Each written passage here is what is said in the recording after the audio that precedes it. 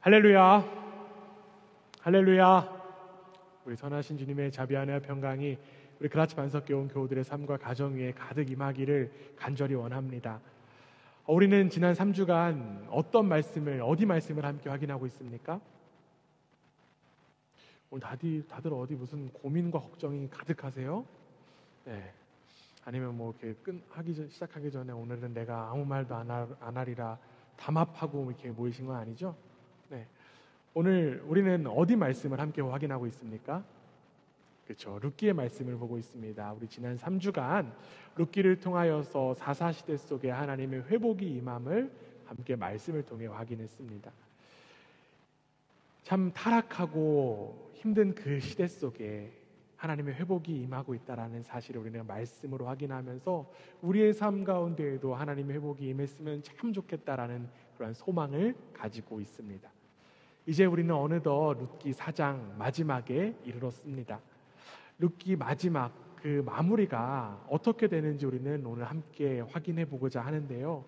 오늘도 말씀을 통해서 하나님의 회복을 경험하는 우리 한 사람 한 사람 되기를 주님의 이름으로 간절히 원합니다. 아멘. 지난 시간에 한번 좀 떠올려 볼게요. 복습을 한번 해보도록 하겠습니다. 복습을 하면 원래 막 복습 퀴즈도 좀 하고 해야 되는데 여러분들이 얼마나 잘 기억하시는지 제가 한번 여쭤보겠습니다. 룻이요, 시어머니 나오미의 명령에 따라서 이제 보아스의 침실에 들어갔습니다. 그리고 보아스를 통한 약속을 받았어요. 보아스는요, 자신보다 앞선 기업 물을 자가 있다라고 하는 사실을 밝히면서 그 사람이 그 권한을 포기하면 자신이 기업 물을 자가 되겠다라고 약속했습니다. 이 보아스의 약속을 들은 룻은요, 나오미에게 그 이야기를 전했고요. 나오미와 룻은 어떻게 했을까요? 어떻게 했을까요? 그쵸, 기다렸습니다. 감사합니다. 네, 기다릴 수 있었습니다. 나오미와 룻은 이제 하나님의 때가 이를 때까지 기다렸어요. 이제는 보아스가 나설 차례입니다. 이후에 보아스는요, 성문 앞에 앉아서 기업 물을 자를 마냥 기다리고 있었습니다. 그런데 성경은요, 그때를 이렇게 이야기해요. 마침 그때 나오미 집안에 우선권을 가지고 있었던 그 기업 물을 자가 나타났습니다. 그 사람과 이제 보아스는 이야기를 나누었어요. 그 사람은 이러한 이야기를 합니다. 나는 기업을 무르지 못합니다 라고 하는 말을 3번이나 반복해요. 3번이나 반복한다는 것은 어떤 의미일까요? 강력한 거절을 이야기하는 거예요. 난 절대로 안 돼요 라는 이야기를 한 것입니다. 그는 손에 입기 싫어서 기업 물을 권한을 포기해버렸어요. 그만큼 기업 물은 일들은요, 참 쉽지 않은 일이고요, 참 어려운 일입니다. 그런데 보아스는 그 쉽지 않은 일을 스스로 감당하려고 했습니다. 왜 보아스가 그 쉽지 않은 일을 스스로 감당하려고 했을까요? 왜 그랬을까요? 룻을 사랑하기 때문에 그러겠죠. 마침내 보아스에게 기업 물을 순서가 넘어왔어요. 그런데 여기서도 보아스는 감정에 이끌려서 경거망동하지 않는 그러한 모습을 나타내주고 있습니다. 보아스는요, 이제 나한테 차례가 왔어. 이제 나는 룻과 결혼할 수 있어. 막 이런 마음에서 룻에게 당장 달려간 것이 아니라 보아스는 모든 장로들과 모든 백성들을 불러서 자신의 증인이 되도록 세웠습니다. 보아스가 모압 여인 룻을 아내로 맞아들임으로써 이제 이 룻이 베들레헴 공동체의 일원이 되도록 사람들을 불러 모은 거예요. 이 룻을 향해서, 그리고 보아스를 향해서 사람들은 이러한 이야기를 건넵니다. 우리가 아까 읽었던 말씀 11절 말씀인데요, 우리 앞에 화면 보고 다시 한 번 더 읽어보겠습니다. 함께 했습니다. 시작. 우리가 증인이 되나니 여호와께서 내 집에 들어가는 여인으로 이스라엘의 집을 세운 라헬과 레아 2사람과 같게 하시고 내가 에브랏에서 유력하고 베들레헴에서 유명하게 하시기를 원하며. 지금 베들레헴의 사람들과 장로들은요, 자신들이 보아스가 기업 물을 자가 된다라고 하는 사실의 증인이 됨을 이야기하면서 동시에 갑자기 이 이야기 중에 다른 사람의 이름을 언급하고 있습니다. 누구 이름이 나옵니까? 누구요?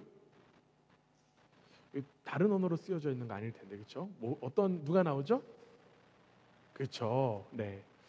아마 다들 잘 아는 거여서 다른 사람 이야기하라고 아마 이렇게 참으시는 것 같아요. 안 참으셔도 돼요.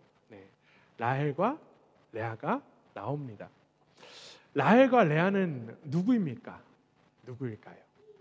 우리가 잘 알고 있듯이 이 라헬과 레아는 누구의 아내죠?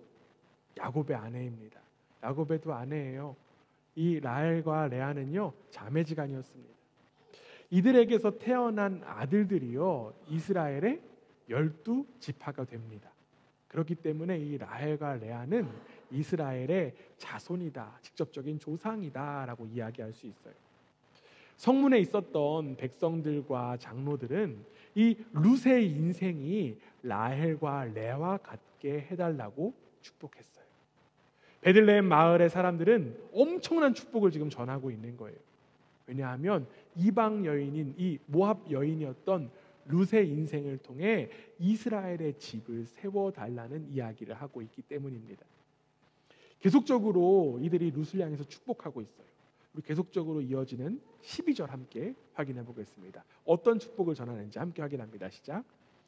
여호와께서 이 젊은 여자로 말미암아 내게 상속자를 주사 내 집이 다말이 유다에게 낳아준 베레스의 집과 같게 하시기를 원하노라.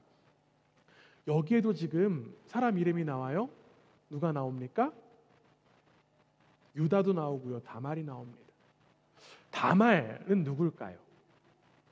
유다와 다말은요, 며느리와 시아버지의 관계입니다. 다말은요, 이 야곱의 아들 유다의 며느리로서 이제 남편이 죽자 유다의 그 둘째 아들과 동침했어요. 그런데 문제가 발생합니다. 그 둘째 아들이 죽게 돼요. 유다의 첫째 아들과 둘째 아들이 죽게 되자 이제는 또 셋째 아들과 결혼해야 되거든요. 그런데 유다의 마음 가운데 어떤 마음이 있었을까요? 셋째까지 다말에게 주면 셋째도 죽으면 어떡하지? 라고 해서 셋째 아들을 다말에게 주지 않습니다. 이를 안 다말은 어떻게 했냐면 꾀를 내었어요.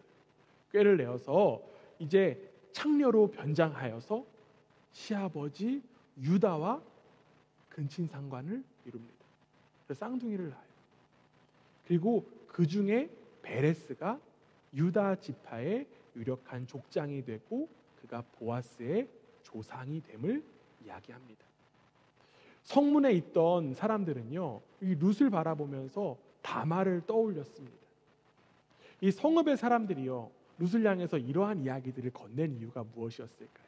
왜 굳이 다말에 대한 이야기를 꺼내서 이야기했던 것일까요? 야, 룻, 너 우리 공동체에 들어올 자격이 없어. 너는 우리 족속이 될 수가 없어. 그들을 고발하고자 했던 것일까요? 아니면 룻이 이방인인 것이 너무 마음에 걸려서 그렇게 이야기했던 것일까요? 아니었습니다.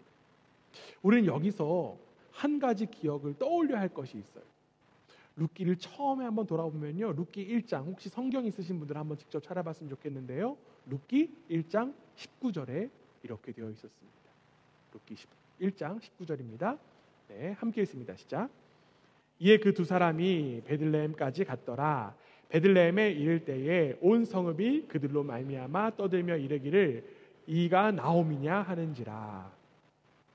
나오미와 룻이요, 다시 베들레헴으로 돌아왔습니다. 돌아왔을 때 사람들의 반응이 어땠습니까? 사람들이요, 수군거렸어요. 사람들은요, 뒤에서 이야기하기 시작했어요. 으이구, 하나님께서 주신 땅을 떠나다 보니 너희 아유 꼴 좋다, 쌤통이다, 이런 이야기들 하면서 수군거리기 일쑤였습니다. 온 성읍 사람들이요, 룻과 나오미를 바라보는 시선이 곱지 않았어요. 또한 베들레헴에 사는 사람들 모두 유다 지파 사람들이에요. 그렇기 때문에 다들 사돈에 팔촌에 다 연결된 사람들이라고 하는 거예요. 그런데 룻과 나오미가 돌아왔어요. 특별히 나오미 친족 가운데 한 명이에요. 그렇다면 그들은 돌볼 수 있어야 돼요. 아, 아무것도 갖지 않고 돌아왔구나. 우리 것들을 좀 내어줄 수 있는 것이 그들의 모습이어야 될 텐데 그들은 방관했습니다. 방치했습니다. 그래서 어떤 일이 일어났습니까? 룻이 직접 및 이삭을 주술려 나갔습니다. 룻은 자신을 잘 도와주는 사람 뒤를 쫓아간다고 말할 뿐이었어요. 결국 베들레헴 사람들은요, 나오미와 룻에게 냉소적인 태도를 원래 가지고 있었다라고 우리는 확인할 수 있습니다. 그런데 여러분, 방금 전에 우리가 확인했던 축복의 메시지와 이 냉소적인 태도 어떻습니까? 완전히 다릅니다. 그렇다면 베들레헴 백성들, 베들레헴 사람들은요, 왜 이렇게 태도가 바뀌게 되었을까요? 그들이 수군거리던 냉소적인 태도에서 벗어나서 성읍 사람들 모두가 룻과 나오미에게 다가와서 축복의 말을 건네고 있는데 왜 그들은 변하게 되었던 것일까요? 그들은 왜 룻을 자신들의 공동체의 일원으로 받아들일 수 있었던 것일까요? 조금 더 모압 여인 이 룻을 받아들이기 어려운 이유를 좀 더 설명해 볼게요. 그 당시에는요, 사람들이 이방인과 결혼해서는 절대 안 되는 법을 가지고 있었습니다. 그래서 이방인과 결혼한다는 것은 정말 말이 되지 않는 일이고요. 또한 지금 룻이 어느 족속이냐고 하면 모압 족속이에요. 모압이라고 하는 족속은요, 아주 불결한 역사를 가지고 있습니다. 이 모압 족속의 역사를 되돌아보면 어디까지 가야 되냐면 아브라함의 조카 롯까지 가야 돼요. 아브라함의 조카 롯이요, 이제 두 딸이 있었습니다. 그런 두 딸이 사람들이 없자 자신들이 자손을 잊지 못한다라는 것을 너무나도 알면서 또 꾀를 내어요. 어떤 꾀를 내냐면 아버지 롯에게 술을 먹이고 아버지와 동침합니다. 그래서 그들이 낳은 자식 하나가 모압이 되고요, 다른 하나가 암몬이 돼요. 구약에 보면 모압과 암몬이 굉장히 많이 나오고 이스라엘의 걸림돌이 되는 그런 역할들을 합니다. 이러한 불결한 민족 가운데 하나인 모압 사람들을 자신의 공동체로 받아들인다라고 하는 것은 이 이스라엘 사람들에게 굉장히 엄청난 도전이었습니다. 그런데 여러분, 이 베들레헴 사람들이 어떻게 이렇게 변화될 수 있었던 것일까요? 이스라엘의 그 높았던 공동체의 문턱은 어떻게 해서 이렇게 낮아지게 되었던 것일까요? 저는 지난 한 주간 휴가를 아주 잘 보냈습니다. 제 얼굴 좀 좋아 보이지 않나요? 좋아 보여요? 네, 감사합니다. 네. 지난 한 주간 휴가 보내면서 제가 이제 책 하나를 읽었는데 폴 툴루니에라고 하는 분의 서로를 이해하기 위하여라고 하는 책입니다. 굉장히 얇은 책인데요, 참 많은 또 울림을 줄 수 있는 책이었어요. 이 책에는 이러한 내용이 담겨져 있었습니다. 제가 읽어볼게요. 세상의 다른 어떤 힘도 사람의 마음을 감동시켜서 마침내 다른 사람을 더 잘 이해할 수 있게 만들지는 못한다. 하나님의 영의 숨결이 필요하다.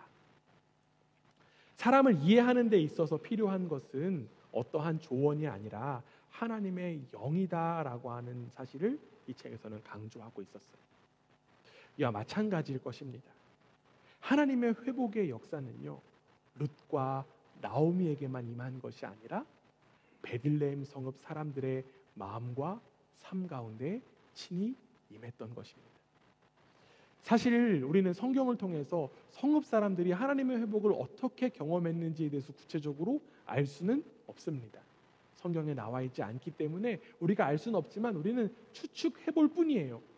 오랜 흉년이 끝나고 풍년을 맞이했기 때문에 하나님의 회복을 경험했다라고도 이야기할 수 있겠고요. 또한 보아스가 룻을 대하는 태도를 통해서 하나님의 사랑을 느꼈을 수도 있습니다. 그리고 룻과 보아스의 이야기를 듣고 저게 사랑이지라고 하고 깨달을 수도 있었을 거고요. 더 나아가 그들의 삶에도 룻과 보아스와 같은 존재가 있었을 수도 있습니다. 다 가정이에요. 그런데 여러분, 그들이 변화된 구체적인 그 계기가 되는 사건이 성경에 언급되지 않기 때문에 우리가 정확하게 알 수는 없지만 우리가 이 성경 말씀을 통해서 확인하고 또 알 수 있는 것이 무엇이냐면 이 베들레헴의 사람들이 변화되었다라고 하는 사실이에요. 그들이 변화되었고 그 변화는 결국 하나님께서 이루신 회복의 역사다라고 이야기할 수 있습니다. 사람의 이해를 바꾸는 것은 오직 하나님의 은혜로 이루어지는 것이기 때문에 그렇죠. 그들이 앞서서 아까 11절에서 이야기했잖아요. 11절에서 뭐라고 이야기했냐면 라헬과 레아를 언급하면서 이야기했어요. 이 이야기는요, 이 룻이 가진 여성이라는 한계를 뛰어넘는 이해였습니다. 또한 12절에서 나온 이 다말을 언급했다라고 하는 것은 이 룻의 과거, 모압 사람이라고 하는 이 과거를 뛰어넘는, 우리도 마찬가지야, 우리도 비슷한 역사 갖고 있는 그냥 하나의 사람일 뿐이야 라고 하는 의지였습니다. 그렇게 베들레헴 공동체는 하나님의 마음을 품은 넓은 공동체가 되었어요.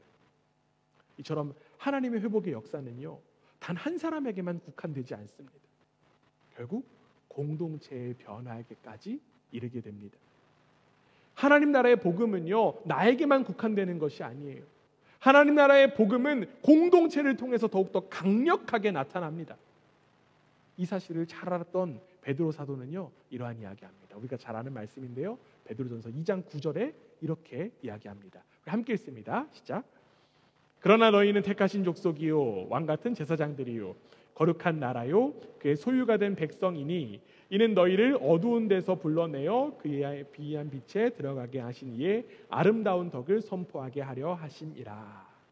지금 베드로 사도가 굉장히 놀라운 고백을 하고 있는데요, 너희가 변화된 자들이고 곧 택함을 받은 족속이고 왕같은 제사장이고 거룩한 민족이고 하나님의 소유가 된 백성들이다. 그런데 너희가 이렇게 변화하게 된 이유가 있다라는 이야기를 건넵니다. 그 이유가 무엇입니까? 이유가 뭐라고 이야기할까요? 바로 어둠에서 빛 가운데로 인도하신 분의 업적을 선포하기 위해서이다 라고 이야기합니다. 바로 하나님의 아름다운 덕을 선포하는 것이 바로 공동체의 역할이다라고 하는 거예요. 하나님은 하나님의 그 영광 나타내시기 위하여서 변화시키셨다라고 하는 거예요. 이처럼 하나님은요, 공동체를 향해서 꿈을 갖고 있으십니다. 그렇기 때문에 우리는 공동체가 변화돼야 돼요. 이전까지 우리는 각 개인의 삶의 변화에만 집중했다라고 하면 이제는 더 나아가 공동체의 변화를 꿈꾸고 나아가야만 합니다. 많은 사람들이 참 좋은 공동체를 원합니다. 여러분들도 좋은 공동체 원하지 않습니까? 별로 상관없으세요? 네, 원하시죠? 네. 그래서 좋은 공동체에 있어야지 신앙생활 잘한다라는 그런 이야기들 합니다. 물론 맞아요. 좋은 공동체에서 신앙이 잘 자랍니다. 그런데 문제는 뭐냐면 좋은 공동체가 무엇인지 모른다라고 하는 거예요. 단순히 나에게 친절하고 나에게 잘해주고 자기 중심적인 그런 기준과 생각에 갇혀서 좋은 공동체를 판단합니다. 제가 룻기 설교를 하면서 참 많은 도움을 받았던 책이요, 폴 밀러 목사님의 사랑하다 살아가다라고 하는 책이었는데요, 그 책에서는 이러한 이야기를 하고 있어요. 네, 앞에 화면 보고 우리 함께 한번 읽어볼까요? 함께 했습니다. 시작. 완벽한 공동체를 찾으려 하는 사람들의 가장 큰 문제는 바로 그것, 곧 찾으려 한다는 것이다. 공동체란 찾는 것이 아니라 당신의 사랑으로 만드는 것이다. 사실상 여러분, 세상에 완벽한 공동체는 없습니다. 그러나 완벽해지는 공동체는 있습니다. 왜냐하면 완벽하신 하나님께서 나를 통해 우리 공동체를 완벽하게 변화시켜 가시고 계시기 때문입니다. 이 룻과 나오미 그리고 보아스를 통해 베들레헴 공동체를 변화시키신 하나님의 역사가 바로 우리 그라치 반석교회에게 나타나기를 간절히 원합니다. 좋은 공동체란 한 사람을 알고 한 사람을 사랑하고 한 사람을 받아주고 그 한 사람이 안전한 곳이에요. 이렇게 좋은 공동체의 시작은 바로 헤세드의 사랑, 무조건적인 사랑에서부터 시작됩니다. 나를 향한 하나님의 그 무조건적인 사랑을 경험할 때 우리는 좋은 공동체를 꿈꾸고 나아갈 수 있습니다.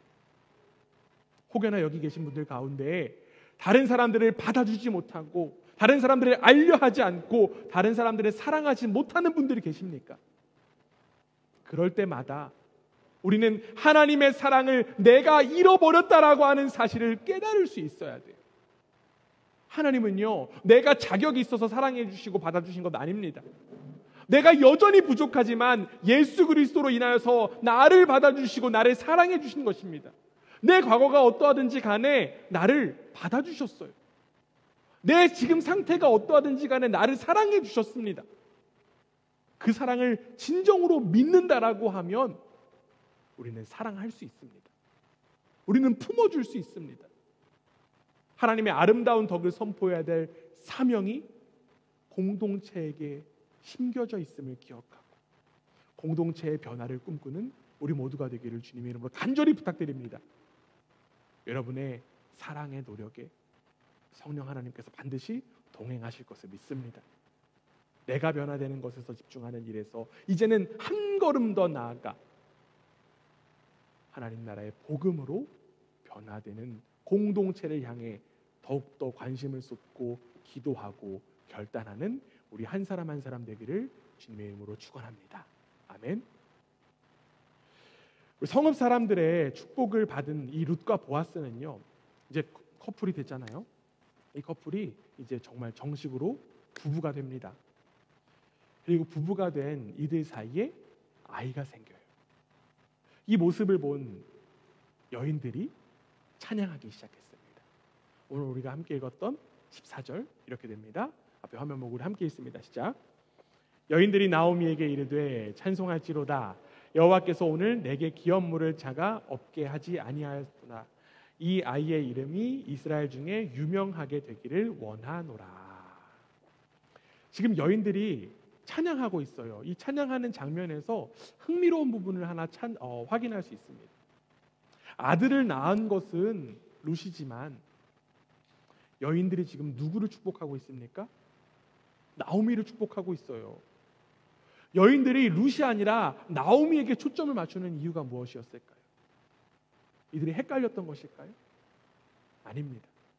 룻이 낳은 아이가 나오미의 죽은 남편 엘리멜렉의 혈통을 잇는 자손이기 때문에 그렇습니다. 나오미의 삶을 다시 한 번 더 떠올려 보겠습니다.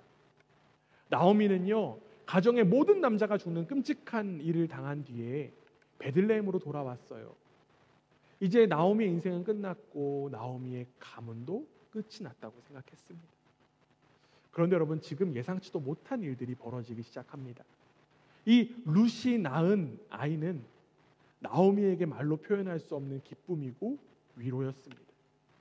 여인들은 이 아이를 가리켜서 기업물을 짜다라고 말했습니다. 진정한 기업물을 짜가 나타난 거예요. 나오미의 삶을 곁에서만 보면요, 실패한 인생처럼 보일 수도 있어요. 그러나 여러분, 나오미의 인생 과연 실패한 인생이었습니까? 아닙니다. 나오미에게 회복이 있었어요. 마찬가지예요. 여러분, 죽음이 끝입니까? 아닙니다. 여러분, 십자가가 끝입니까? 아닙니다. 십자가 죽음 뒤에 무엇이 있습니까? 무엇이 있나요? 부활이 있어요. 십자가 죽음 뒤에 부활이 있다는 사실을 우리는 반드시 기억해야 합니다. 십자가가 아무리 위대해도 부활이 있기 때문에 더욱 위대한 것입니다. 십자가에서 부활이 온다는 그 위대한 진리가 우리 기독교에 담겨 있습니다. 하나님 나라의 이야기는요, 시작이 어떠하든지 간에 마지막은 생명, 마지막은 부활과 연관됩니다. 나오미를 향한 이 여인들의 고백 계속돼요. 15절 이렇게 됩니다. 함께 했습니다. 시작.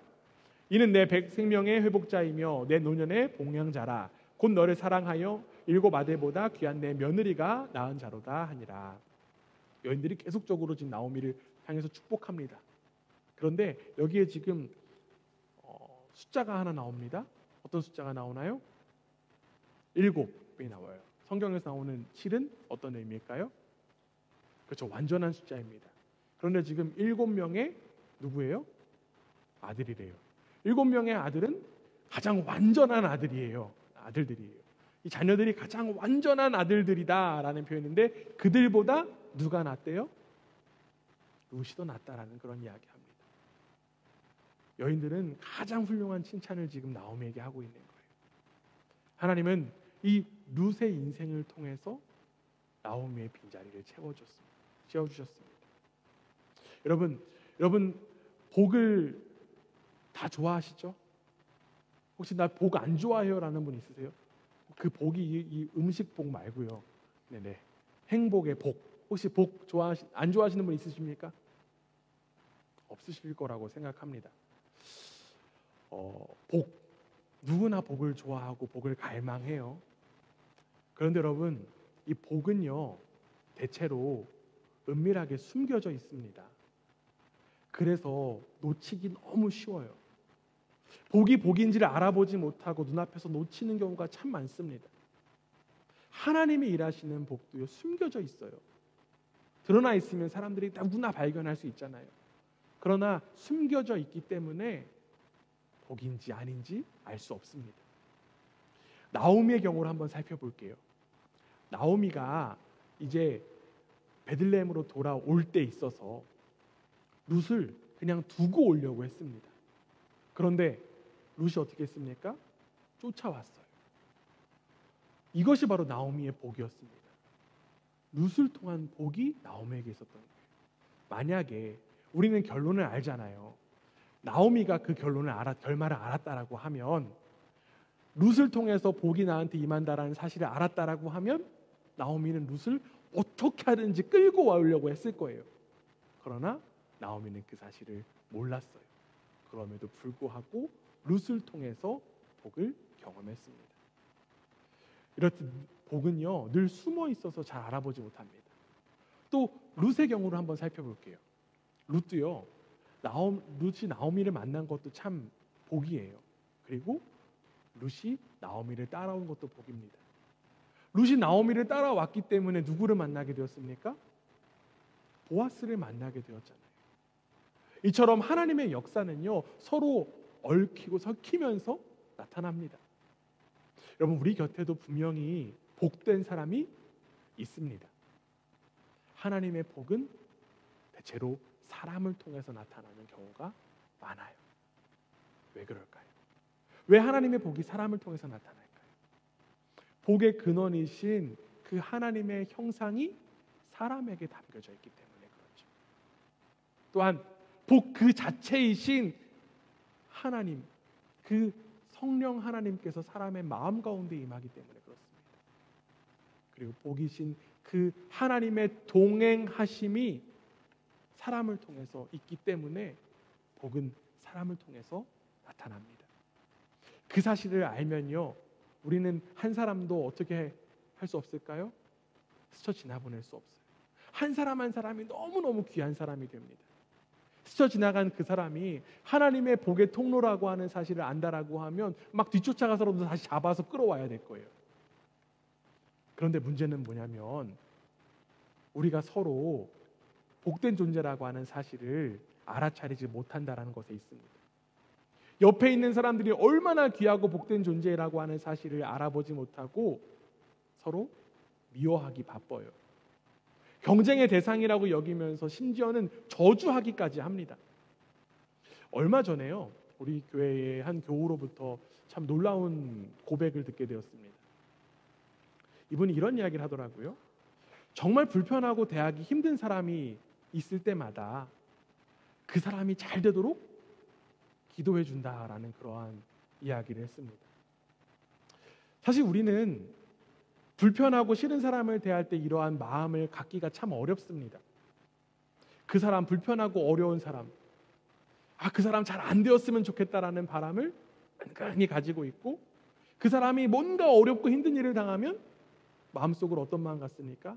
아이고 잘 됐다, 쌤통이다, 이런 마음을 갖기 쉽습니다. 다들 아닌 척 하시는 것 같은데 저만 그래요? 네.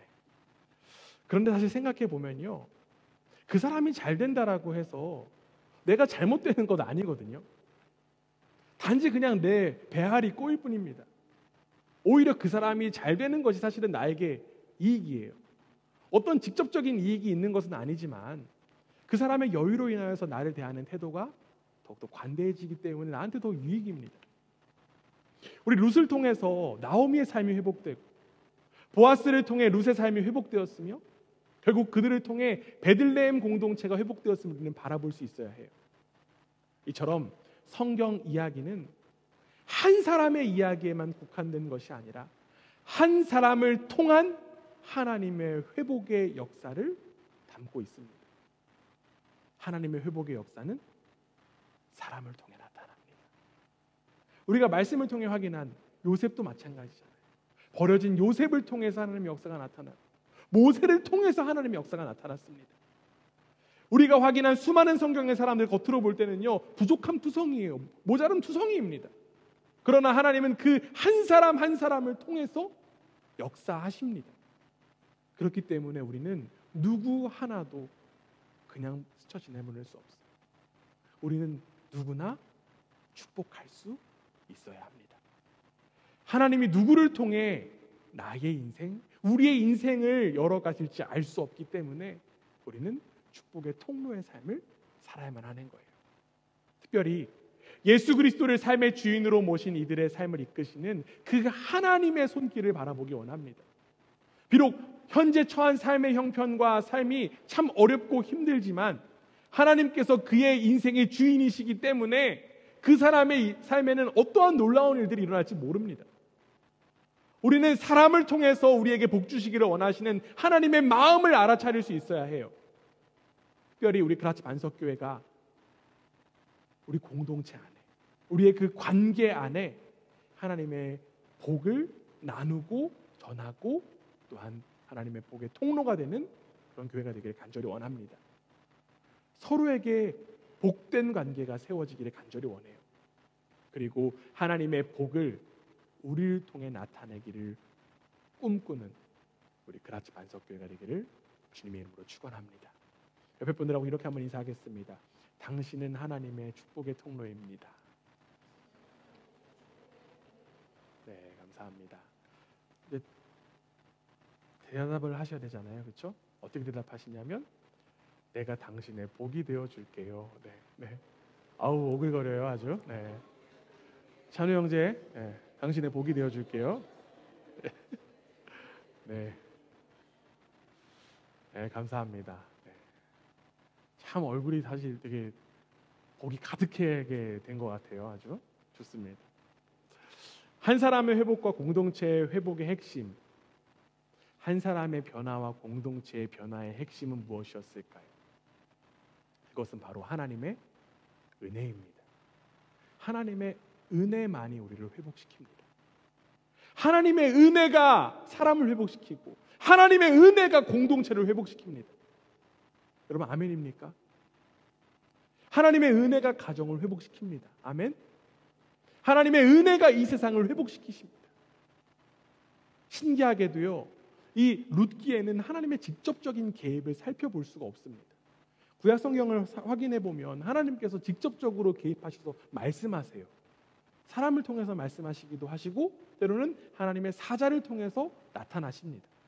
그런데 여러분 룻기를 통해서 보면 하나님의 직접적인 개입이 확인되지 않아요. 하나님께서 말씀하시지 않습니다. 그렇다라고 해서 하나님의 은혜가 없다라고 이야기하기는 어렵습니다.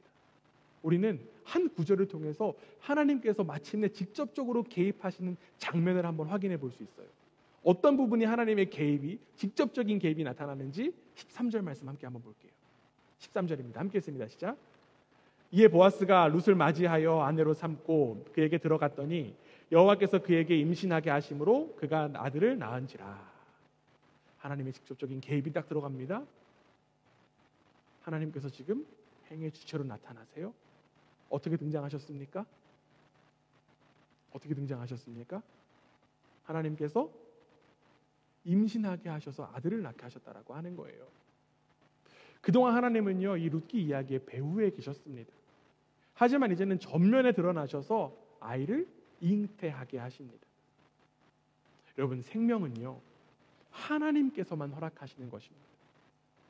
예전에요, 리아를 낳을 때였나 시몬이 낳을 때였나 저도 좀 기억이 잘 안 나는데 어떤 목사님께 우리 아이 낳았습니다 이렇게 연락을 드렸어요. 근데 그 목사님이 저한테 이러한 메시지를 보내주시더라고요. 하나님의 창조 행위에 직접적으로 참여하게 되어서 축하합니다. 저는 이런 대답을 원치 않았는데 되게 어려운 대답이 다가와서 생각하게 됐어요. 내가 하나님의 창조에 직접적인 관여를 했나? 생각해보니까 맞는 것 같아요. 생명이 하나님께로 오기 때문에 그러한 이야기를 할 수 있겠구나. 성경에는요, 아이를 낳는 일이 전적으로 하나님께 속한 것임을 곳곳에서 증언하고 있습니다. 생명이 하나님께 속한다라는 것을 믿는 이들은요, 생명을 위해서 생명의 근원이신 하나님께 기도할 수 있어야 해요. 왜냐하면 생명의 탄생이야말로 하나님께서 하나님의 일을 직접적으로 나타내 주시는 일이기 때문입니다.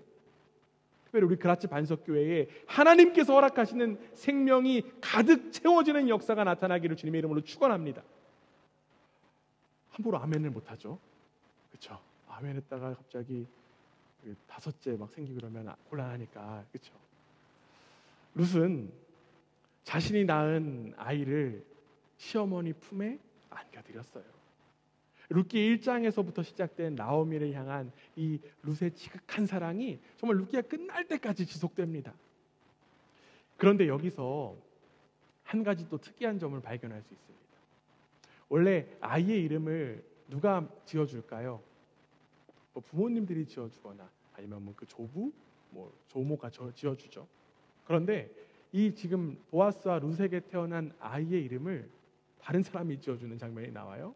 17절 함께 읽어보겠습니다. 시작. 그의 이웃 여인들이 그에게 이름을 주어주되 나오미에게 아들이 태어났다 하여 그의 이름을 오벳이라 하였는데 그는 다윗의 아버지인 이새의 아버지였더라. 여인들은 아이의 이름을 지금 뭐라고 붙였습니까? 오벳이라고 붙였어요. 오벳이라고 하는 이 표현은요, 섬기는 자라고 하는 의미입니다. 이는 장차 나오미를 돌봐줄 것을 의미하는 그 의미가 담겨져 있습니다.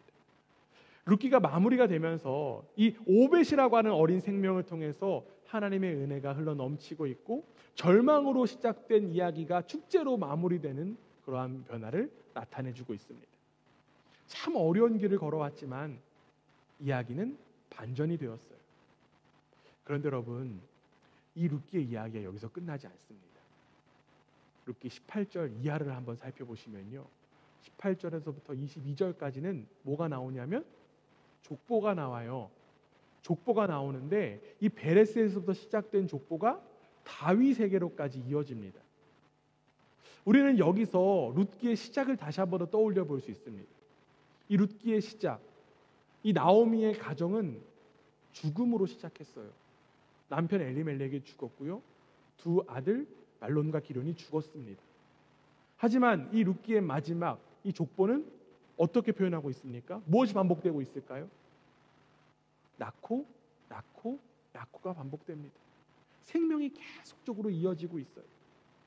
우리는 여기서 다시금 기억해야 할 것은 하나님의 회복의 역사가 계속되고 있다는 것입니다. 하나님의 회복의 역사는 지금도 계속되고 있습니다. 하나님께서 심사숙고하여서 세심하게 하나님의 이야기를 엮어가고 계십니다. 룻기를 시작하면서 보았던 그 어둡고 허망한 이야기가 지금 기막힌 역전이 된 거예요. 룻과 나오미가 경험한 인생의 쓴잔, 사실 우리의 일상에서 경험하는 일들입니다. 가정이 깨지고요, 사업이 망하고요, 재정적인 어려움을 겪고 건강을 잃기도 하고 사람들의 질타를 받기도 하고 학업의 어려움도 있고요, 등등등. 사람들은 누구나 어려움을 경험합니다. 그러나 우리는 감히 여기서 소망을 가질 수 있어요. 왜 그럴까요? 비록 현재 내 삶에서 하나님의 회복의 역사가 보이지 않더라도 하나님의 그 회복의 역사는 지금도 계속되고 앞으로도 계속될 것이기 때문입니다. 하나님께서 주인이신 인생에는요, 반드시 역전이 있습니다. 마지막 22절에 이렇게 되어 있어요. 오벳은 이새를 낳고 이새는 다윗을 낳았더라. 오벳의 손자가 누구라고요? 다윗이래요. 여러분들이 너무나도 잘 아는 다윗이 바로 오벳의 손자입니다. 그리고 그 다윗의 자손에서 누가 탄생합니까? 누가 탄생합니까? 여러분, 성경을 잘 안 보시나 봐요. 그렇죠? 누가 탄생하죠? 예수님이 탄생하잖아요. 그렇죠? 하나님의 구원의 역사가 이 사소한 이야기, 룻기의 아주 서정적인 이야기 속에 깊숙하게 담겨져 있습니다. 예수 그리스도로 인하여서 하나님의 자녀가 된 우리의 삶도 역시나 하나님의 구원의 역사와 연결되어 있습니다. 그렇기 때문에 나의 문제는 나의 문제가 아니에요. 나의 문제는 누구의 문제가 됩니까? 하나님의 문제가 됩니다. 내가 사소한 문제라고 생각될지라도 그 역시도 마찬가지로 하나님의 구원의 역사에 함께 되어 있는 거예요. 하나님의 이야기가 끝나지 않았기 때문에 나의 이야기, 우리의 이야기도 끝나지 않습니다. 우리는 그동안 룻기를 통해서 나오미와 룻 그리고 보아스의 모습을 살펴보았습니다. 그리고 그 인물을 집중하다 보니까 자연스럽게 배우 위에 계신 하나님을 바라볼 수 있었습니다. 사실 이들 모두는요, 하나님의 이야기에 초청받을 뿐이었어요. 그들은 하나님의 거대한 구원의 역사 속에 쓰임받고 있을 뿐입니다. 이처럼 하나님은 수많은 시대와 사람들을 동원하여 한치의 오차 없이 하나님의 이야기를 만들어 가시고 지금도 일하고 계십니다. 그리고 이제는 그 이야기 속에 우리 한 사람 한 사람을 불러들여 우리의 인생을 엮어가고 계시는 줄 믿습니다. 여러분, 내가 예수 믿는 것이 아니라 하나님의 섭리와 하나님의 그 오묘한 조화를 통해서 예수님 만나게 하시고 예수님 안에 살게 하시며 예수님 안에서 우리가 서로 알게 되고 교제하게 되었습니다. 그렇기 때문에 우리의 인생은 누가 완성해 나가시는 것일까요? 누가 완성하시는 것입니까? 하나님께서 완성하십니다. 우리의 삶에 비록 고난과 역경이 있더라도 거기에 매몰되는 인생이 아니라 이제는 박차고 일어나는 삶이 되기를 간절히 원합니다. 문제는 나의 문제가 아니라 하나님의 문제라고 여기면서 하나님의 회복을 기대하며 살아가는 삶이 되기를 간절히 원합니다. 우리 하나님 살리시는 분이에요. 우리 하나님 일으키시는 분이십니다. 우리 하나님 생명 허락하시는 분이십니다. 하나님의 그 귀하신 손길을 기대하며 하나님의 계속되는 회복의 이야기 속에 귀한 인물로 쓰임받는 우리 한 명 한 명 그리고 그라치 반석교회가 되기를 주님의 이름으로 축원합니다. 아멘.